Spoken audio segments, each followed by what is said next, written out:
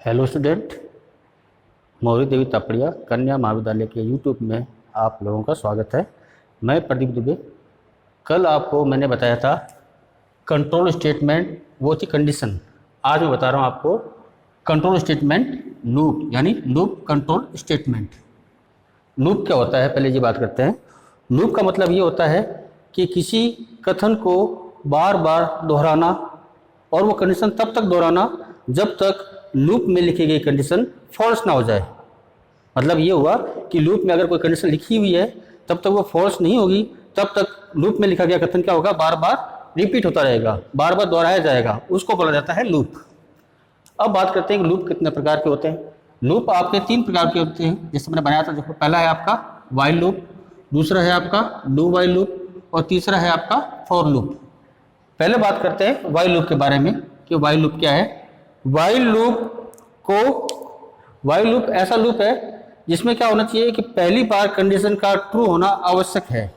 अगर while loop में पहली बार कंडीशन ट्रू नहीं होती है तो कंपाइलर क्या करता है, कंपाइलर प्रोग्राम क्या करेगा, लूप से क्या हो जाएगा, बाहर निकल जाएगा। मतलब वो आपके लूप को स्किप कर देगा। इसलिए इस लूप को क्या बोला जाता है, इस लूप को एंट्री कंट्रोल लूप भी बोला जाता है। मतलब इसका मतलब ये हुआ कि इसके अंदर जो कंडीशन है आपकी पहली बार में सत्य होना आवश्यक है।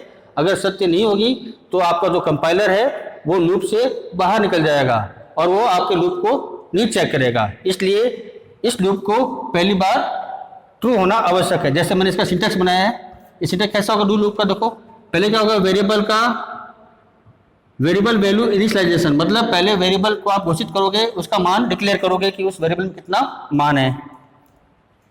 सॉरी, ये नहीं, ये है वाइल लूप का सिंटेक्स। ये है, इसमें क्या होगा, पहले वेरिएबल वैल्यू का क्या होगा, इनिशियलाइजेशन होगा कि वेरिएबल में कितना मान है। फिर क्या लिखा जाएगा, फिर वाइल कीवर्ड लिखा जाएगा, लूप का जो कीवर्ड है।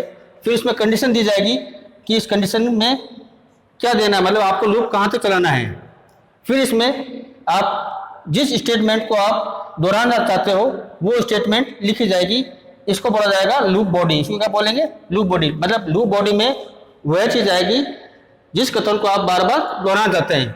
फिर आप लूप में इंक्रीमेंट करना चाहते हैं या डिक्रीमेंट। इंक्रीमेंट यानी आपके वेरिएबल में एक मान की बढ़ोतरी होगी, और डिक्रीमेंट यानी एक वेरिएबल के मान में एक की कमी होगी, और फिर आपका ये लूप बंद हो जाएगा। तो ये था वाइल लूप का सिंटेक्स था। इसी को अब क्या है, अपने फ्लो चार्ट से समझते हैं कि जैसे मान लो क्या है कि आपका प्रोग्राम यहाँ पे स्टार्ट हो रहा है। यहाँ पे मैंने वाइल कंडीशन दी है। क्या दिया मैंने, वाइल कंडीशन। अगर वाइल कंडीशन नो होती है तो आपका लूप क्या हो जाएगा, सीधे बाहर निकल जाएगा, वो कथन को नहीं जांचेगा।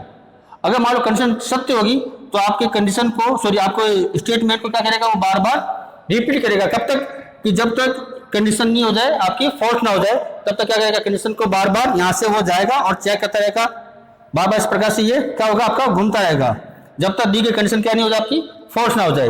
तो ये आपका था फ्लो चार्ट से। अब बात करते हैं do while loop. Do while loop को एग्जिट कंट्रोल लूप या मेंटल लूप भी कहते हैं। मेंटल लूप यानी कि ये लूप ऐसा है कि कंडीशन की जांच सबसे लास्ट में करता है और स्टेटमेंट को एक बार रिपीट कर देता है। मतलब स्टेटमेंट को एक बार दोहरा देता है। मतलब लूप आपका एक बार चल जाएगा, तब जाके कंडीशन की जांच करेगा कि कंडीशन सत्य थी या असत्य। इसलिए इसे क्या कहते हैं, इसलिए इसे बोला जाता है एग्जिट कंट्रोल लूप या मेंटल लूप कहते हैं। देखो, इसका सिंटेक्स ऐसा है, मैंने लिखा डू वाइल लूप का सिंटेक्स। पहले वेरिएबल का मान इनिशियलाइजेशन किया जाएगा कि वेरिएबल में कितना मान है। फिर आपका डू लूप, यहाँ से डू कीवर्ड से आपका डू लूप स्टार्ट हो रहा है, इस कर्ली ब्रैकेट से। यह आपका स्टेटमेंट यानी आपकी लूप बॉडी आ गई, मतलब किस कथन को दोहराना है वो पहले आ जाएगा इसके अंदर। फिर आपका इंक्रीमेंट या डिक्रीमेंट यानी वेरिएबल मान बढ़ाना है तो इंक्रीमेंट, और मान घटाना है तो डिक्रीमेंट। और लास्ट में देखो वाइल लिख के क्या आगे कंडीशन की जांच की जाएगी कि कंडीशन सत्य थी या असत्य है। तो इसमें कंडीशन की जांच सबसे लास्ट में होती है। तो इसमें क्या होता है कि आपका जो कथन है या लूप है आपका एक बार चल चुका होता है, इसलिए इसे क्या बोलते हैं, एग्जिट कंट्रोल या मेंटल लूप भी कहते हैं। इसी चीज को अपने समझेंगे किससे, फ्लो चार्ट से। तो देखो कि आपका प्रोग्राम यहाँ से स्टार्ट हुआ और आपका जो कथन है वो आपका एक बार एग्जीक्यूट हो जाएगा, मतलब एक बार आपका कथन चल जाएगा। फिर क्या होगा, कंडीशन की जांच होगी। अगर कंडीशन सत्य है तब तो आपका एग्जीक्यूट दोबारा होता रहेगा, मतलब ये प्रोसेस चलता रहेगा। अगर आपकी कंडीशन फॉल्स है तो आपका प्रोग्राम क्या हो जाएगा, बाहर निकल जाएगा, कंपाइलर क्या करेगा, लूप से बाहर आ जाएगा और आपका प्रोग्राम क्या हो जाएगा, स्टॉप हो जाएगा। इसलिए क्या बोलते हैं इसको, मेंटल लूप, क्योंकि ये कथन को एक बार निष्पादित कर देता है, एक ही बार एग्जीक्यूट कर देता है। तीसरा लूप है वो है आपका फॉर लूप।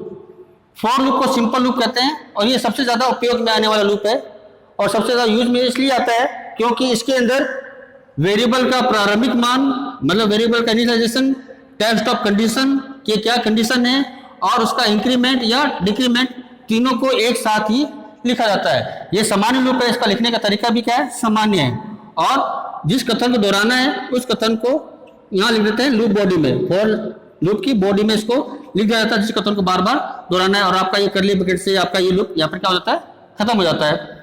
इसी चीज को मैं समझाता हूँ आपको फ्लो चार्ट से फॉर लूप के। जैसे आपका ये प्रोग्राम यहाँ से स्टार्ट हुआ, फिर यहाँ पर आपकी क्या आई, फॉर लूप की कंडीशन आई, जो भी आप कंडीशन दोगे उस आधार पे कार्य करेगा। अगर वो कंडीशन फॉल्स होती है तो आपका प्रोग्राम बंद हो जाएगा, नहीं तो क्या होगा कि लूप में दिया गया स्टेटमेंट एग्जीक्यूट होता रहेगा और तब तक एग्जीक्यूट होगा जब तक आपकी कंडीशन क्या नहीं हो जाए, फॉल्स नहीं हो जाए, तब तक क्या करेगा, कथन को बार बार, इस कथन को बार बार दोहराता रहेगा।